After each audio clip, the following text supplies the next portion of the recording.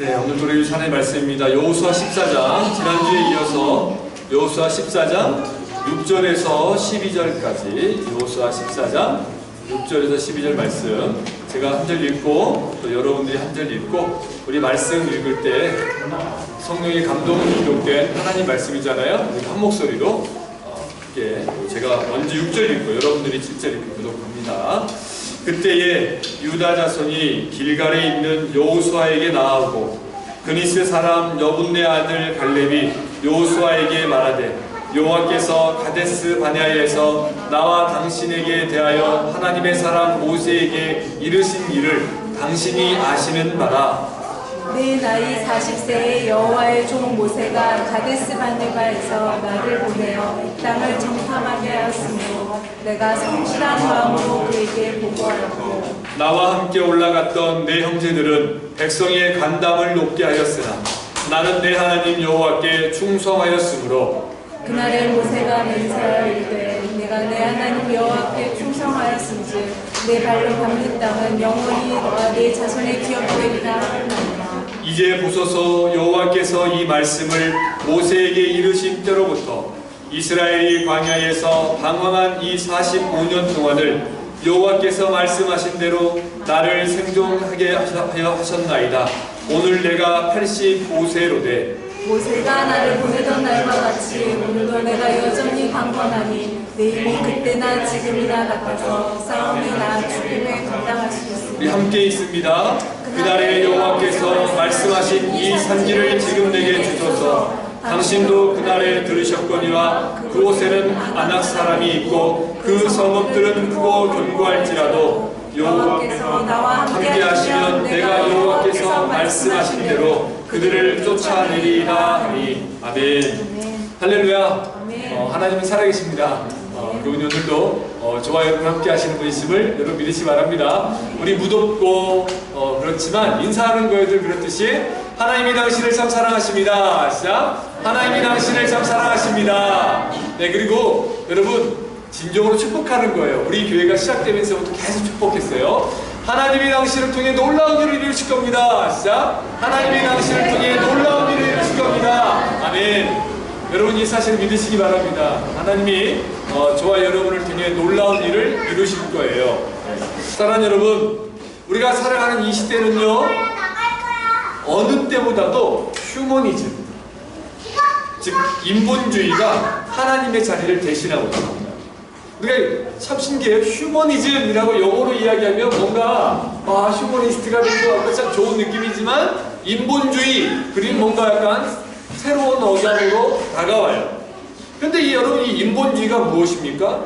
좀 어렵지만 사전적인 의미가 뭐냐면요 존재론적 존재로서, 존재한 사람, 존재론적 존재로서 철학 사유 체계의 근원으로 인간의 존재를 중요시하고 인간의 능력과 성품 그리고 인간의 현재적인 소망과 행복을 가장 귀중하게 생각하는 정신을 인본주의라. 참 좋은 말이죠. 좋은 말입니다. 그러니까 한마디로 말하면 인간 중심적인 사상 또는 이러한 사상의 근거에서 인간을 가장 우선적인 가치로 여겨야 한다고 생각하는 정치 이념까지 포함해요. 그래서 여러분 휴머니즘은요 인간을 사랑하고 인간의 권리를 최우선적으로 생각합니다. 맞아요 여러분. 누가 생각하면 좋은 말이죠. 그렇죠. 인주연제 참 좋은 말이죠. 인간 중심 사상. 그런데 여러분 인간이 만든 인간 중심의 세상에서 놓치는 것이 있어요. 그것은 무엇이냐면요 바로 인간의 유한함과 완전하지 않다는 사실이에요. 인간이 만든 것, 인간이 생각하는 것이 다 좋고 편리해 보이지만 꼭 거기에는 미처 생각하지 못해요. 기술이 진보되고 발전하면 할수록 그것에 대한 부정적인 모습들이 우리에게 있다라는 거예요. 왜냐하면 여러분 이 휴머니즘은 하나님을 떠난 인간 중심의 세상은 또 다른 종교처럼 숭배하는 우상이 되어버렸고 그래서 인간을 가장 중요하게 여기고 인간을 편리하게 만들고 세상을 살아가는데 아주 좋게 만든다고 하는데 역설적이게도 한번 잘 생각해 보세요 여러분. 역설적이게도 인간의 본질을 인간성을 상실하고 무너뜨리고 마는 왜곡된 사회 현상과 만날 때가 있어요. 잘 생각해 보세요. 여러분 그 예로 난민에 대한 문제, 남녀의 문제, 그리고 범죄자의 인권에 대한 문제, 성소수자에 대한 문제 등 다양한 문제들이 휴머니즘이란 이름으로 어떻게 나아가야 될지 갈피를 잡지 못할 때가 많아요. 참 신기하죠. 이게 현실입니다. 저는요 이 휴머니즘, 인본주의 이것을 바라보면서 제가 느끼는 게 뭐냐면 인간을 존중하고 인권을 존중하고 하는데 이상하게도 인간성을 상실하고 마는 것을 우리가 볼 수 있어요. 여러분 우리 한국도 마찬가지지만 우리 한국은 노숙자 이제 수원역 혹은 서울역이라는 법이 많이 있죠. 근데 여러분 프랑스 가보세요. 그러다 보면 그래도 좀 좋은 것 같아요. 파리 가면요 얼마나 많은 노숙자들이 있는지 몰라요. 근데 여러분 우리 잘 알다시피 그들의 우리가 돕잖아요. 그들을 도와요, 섬겨요. 그런데 그들이요 노숙자 쉼터 같은 데 갔다가 또 다시 노숙을 하게 됩니다. 신기합니다. 많은 사람들이 자기 사비를 들어서 그들을 도와요. 근데 돕는데 그 중에 많은 사람들이 스스로 자력으로 일어나서 자립하는 것이 아니라 그 생활을 또 다시 즐기고 돌아갑니다.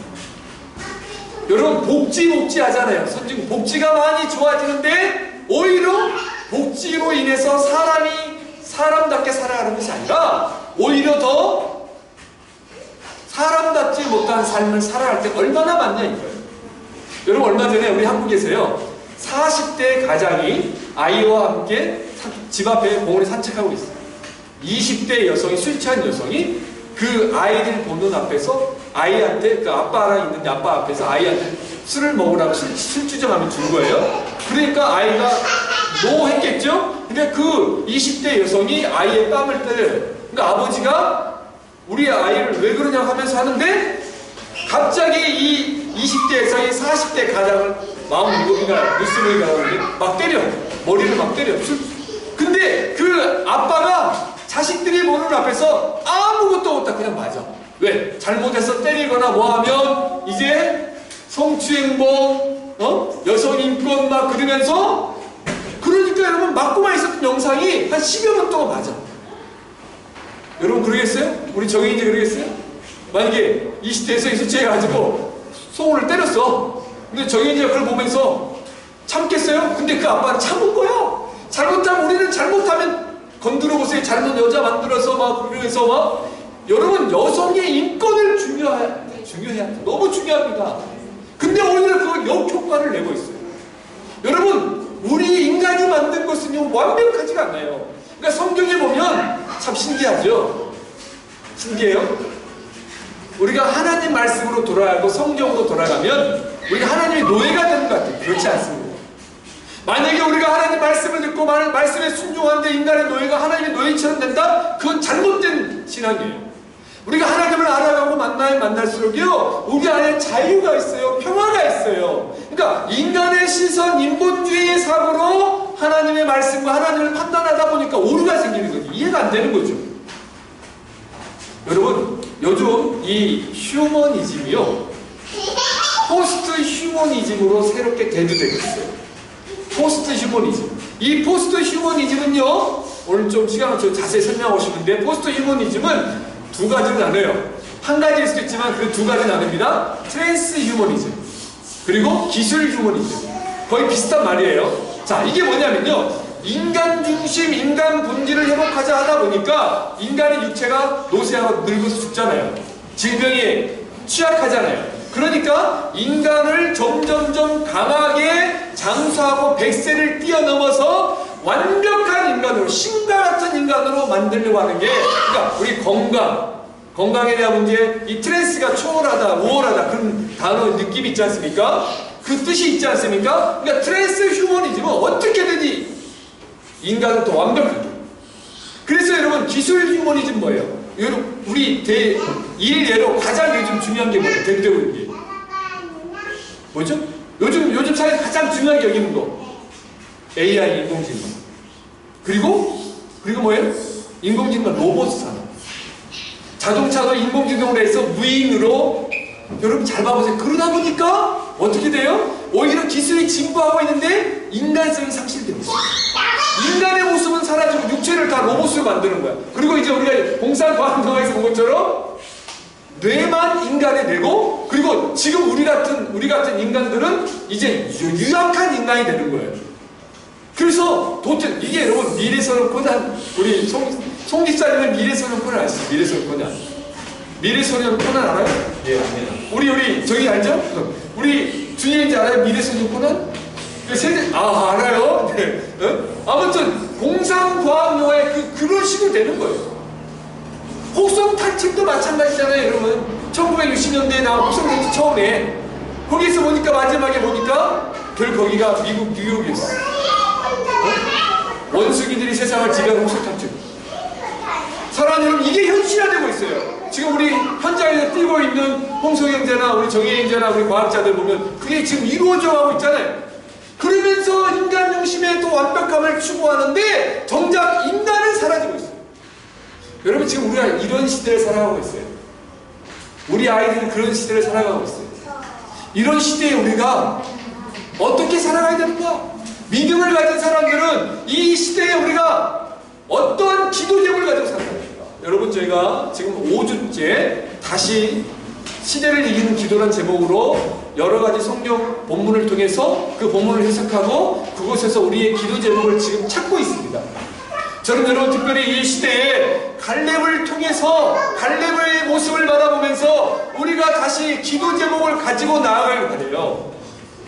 여러분 우리 7절 8절 말씀을 다시 함께 있습니다. 7절 8절 말씀이에요. 여호수아서 7절 8절 말씀. 자 시작. 내 나이 40세에 여호와의 종 모세가 가데스 바네아에서 나를 보내어 이 땅을 정탐하게 하였으므로 내가 성실한 마음으로 그에게 보고하였고 나와 함께 올라갔던 내 형제들은 백성의 간담을 높게 하였으나 나는 내 하나님 여호와께 충성하였으므로.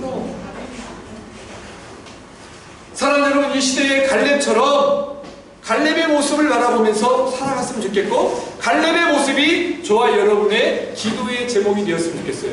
그러면 여러분 오늘 우리가 처음에 갈렙처럼 어떻게 해요?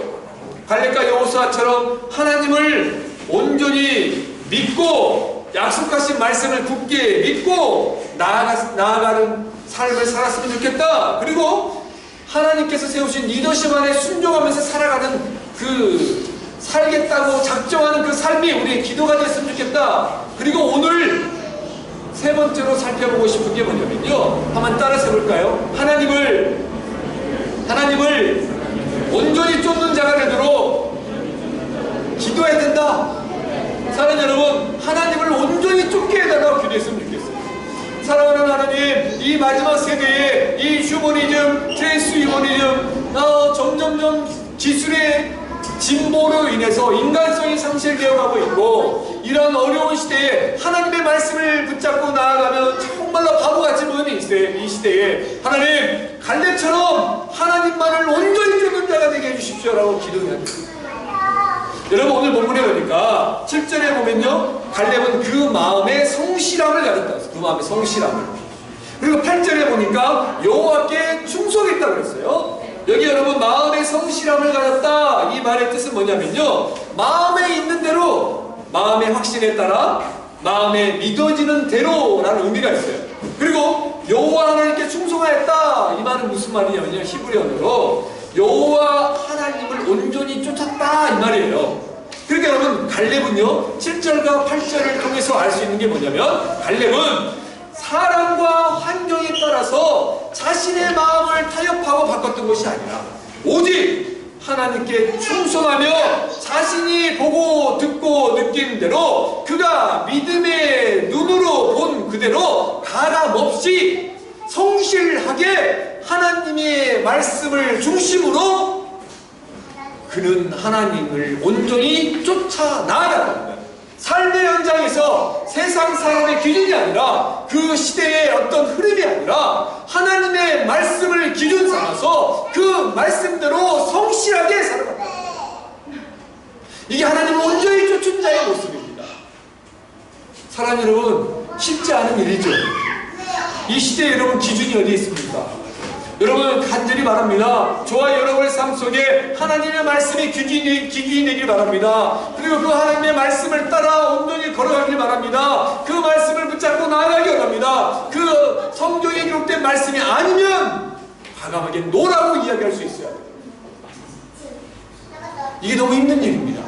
여러분, 이슬람과 무슬림의 차이가 뭔지 아세요?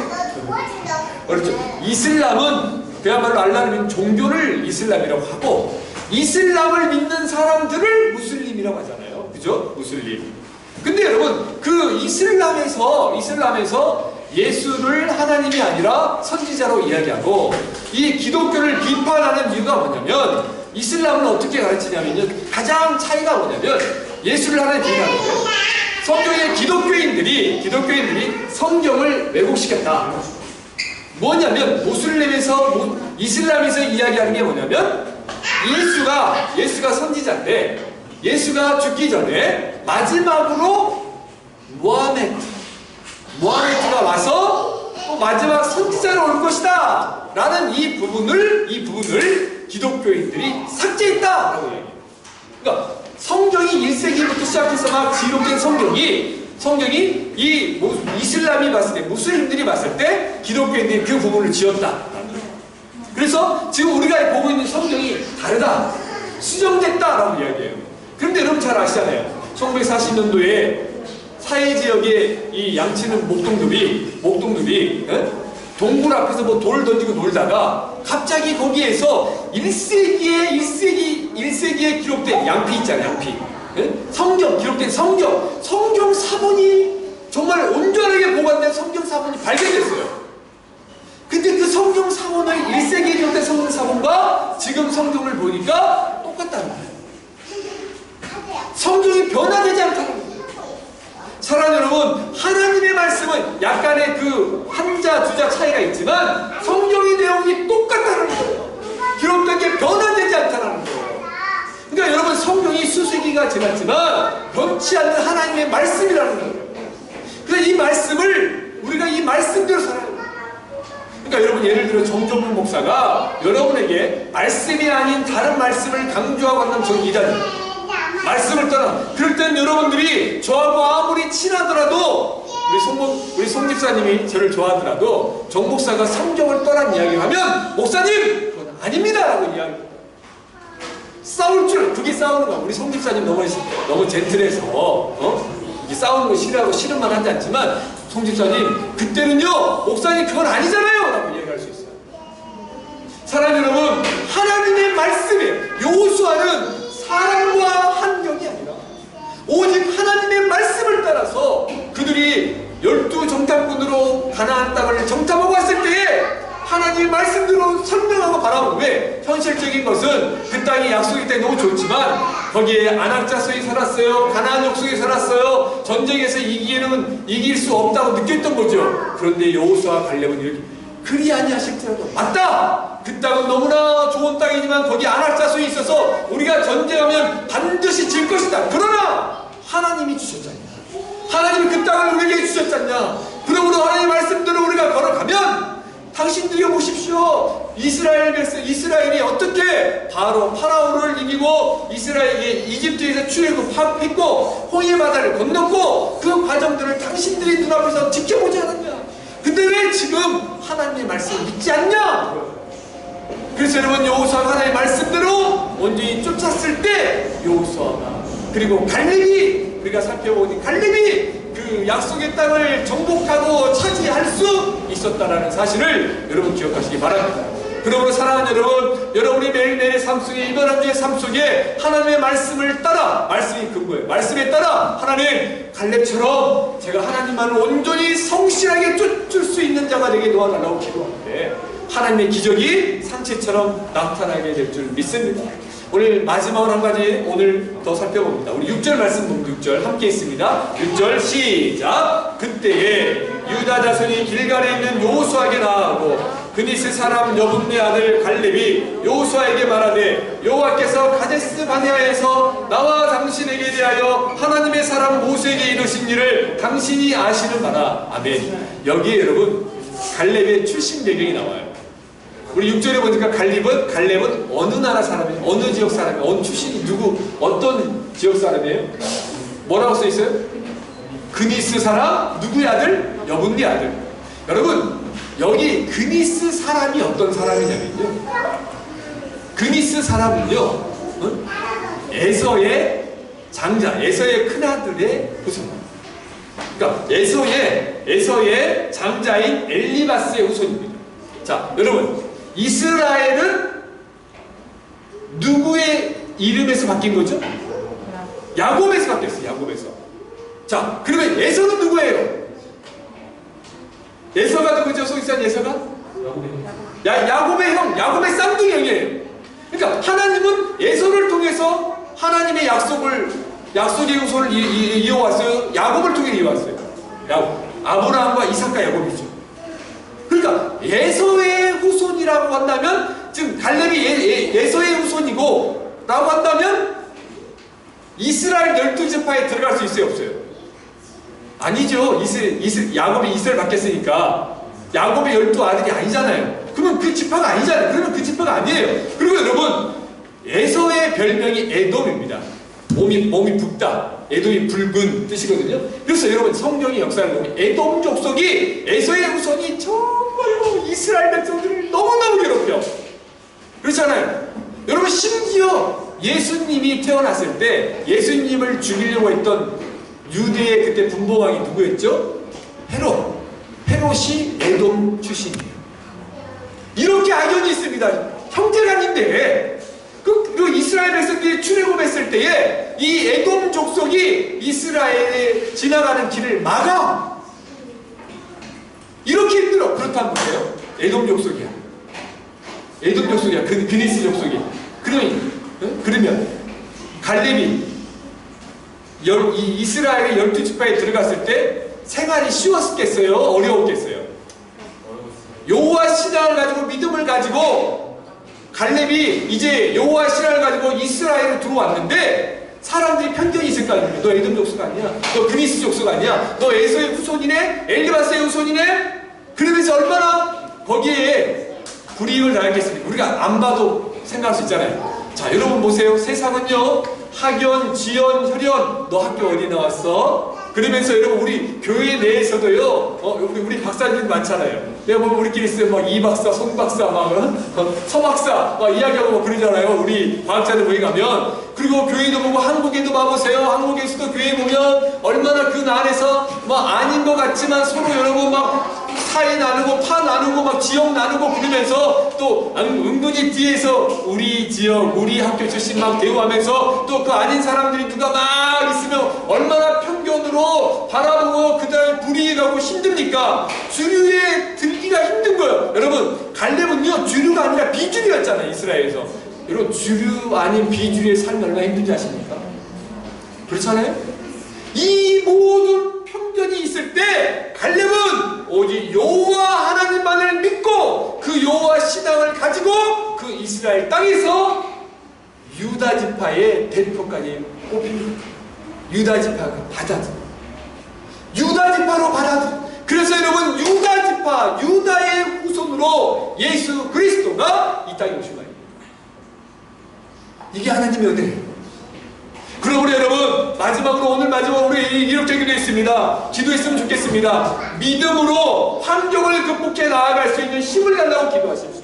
여러분 저와 여러분들이 어떤 출신 배경, 어떤 학교 중요하지 않아요. 물론 중요하겠죠. 그러나 저와 여러분이 지금 예수 그리스도의 피값으로 새로운 생명을 얻은 하나님의 사람이 됐어요. 그러면 우리는 그리스도인이에요. 우리는 예수의 피를 가진 사람이에요.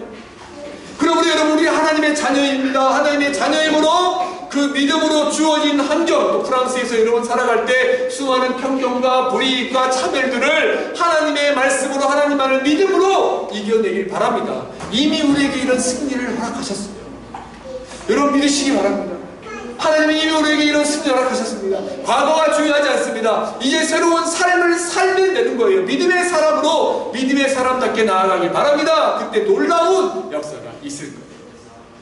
사랑하는 여러분, 갈렙이 이 어려움을 믿음으로 대단하지 않습니까? 여러분, 우리가 아무리 실력이 탁월했어도 조선시대 태어났어. 여기 양반 아닌 사람 많을 거예요. 저는 경주 정도입니다. 저희 어머니는 전준이십니다. 저는 어렸을 때도 족보를 배웠어요. 제가 요즘 청년들 오면 청년들 물어봐요. 정씨가 요즘 많이 와 파리에. 오늘은 정씨도 어디 정가예요? 물어보면요, 나라 정씨 씁니다. 그 사람들. 야, 우리 때는 얼마나 혼났습니까? 아버님 성함이 어떻게 되십니까? 그러면 그러면 엄청 무식하다 혼났잖아요. 그렇지 않습니까? 한자 무슨 자 이야기해야 되는데 그 교육을 저는 어렸을 때 족보 교육부터 배웠단 말이에요. 족보를. 근데 여러분, 그게 중요하지 않아요. 이제 우리는 하나님의 사람이라는 거예요. 그러므로 사랑하는 여러분, 어떤 상황이 있든지 이제 하나님의 말씀으로 믿음으로 나아갈 때 놀라운 역사가 나타나게 될 줄 믿습니다. 이번 한 주 여러분, 갈렙처럼 하나님을 온전히 쫓기를 바랍니다. 그리고 여러분, 믿음으로 주어진 상황을 이겨내는 저와 여러분 되기를 주님의 이름으로 축복합니다. 기도하겠습니다.